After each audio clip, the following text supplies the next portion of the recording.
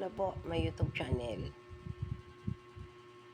May routine. Gabi na ho. Pagbibing Philippines. Ating gabi na. Talaga na sa Pilipinas. And then, gising ako, aswang ako. Hindi joke.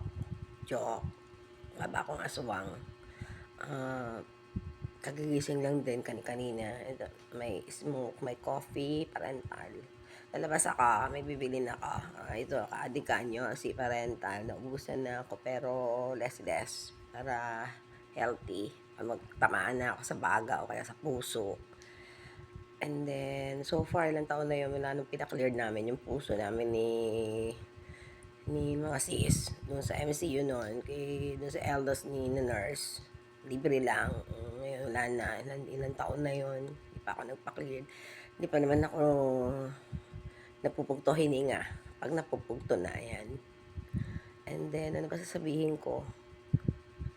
Yung pagmamahal sa sarili, kasi hindi naman yan sinasabi, o yung pagpapahalaga sa sarili, kailangan sabihin at pinag-uusapan, yung nakikita na lang yan, respeto sa sarili, nakikita rin yan, nararamdaman ng mga ibang tao, hindi man yan kinukwento, lalo na sa mga pagkatao natin sa mga asawa. Kung wala ka respeto sa sarili mo, kung ano lang ang trato ng asawa sa'yo, pero doesn't mean basura ka ng ibang tao, ibang usapan na yun. Asawa yun, ikaw. Sino ka ba? Yung tingin lang sa'yo, ganun. Kasi minsan yung problema sa asawa, masarap lang pinag-uusapan. Kagaya, experience ko yan. Wala naman akong paninindigan. Walang kwenta. Pati tingin ko sa sarili ko, walang respeto. Kasi yan pagkatao natin eh. Ngayon, kung maninindigan ka mag-isa, yung respeto sa sarili mo, mapapansin mo na lang. Iba ka na. Kusa, hindi arte-arte OA. For me, kasi hodang mawala na lahat. Dignidad at pride. Managerial, kotse, visa pa more. OMG yung pagkatao mo. Hindi rin ako nagpapakamatay sa mga lalaki. Wala sa pagkatao ko yan. Yung sa mga magulang. Magulang yan eh.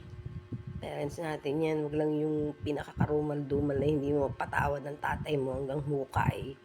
Hindi ako yan. Yung pagmamahal sa magulang, unless kung ni-rape ka ng tatay mo, susumpa mo talaga yan. Ganun, may napanood lang ako nakakainis, sariling opinion. Ito sa Fox, parental, kung ano ginawa mo sa magulang mo, gagawin niya sa mga anak mo, kung niliit-liit lang ng kabaong. Babosh.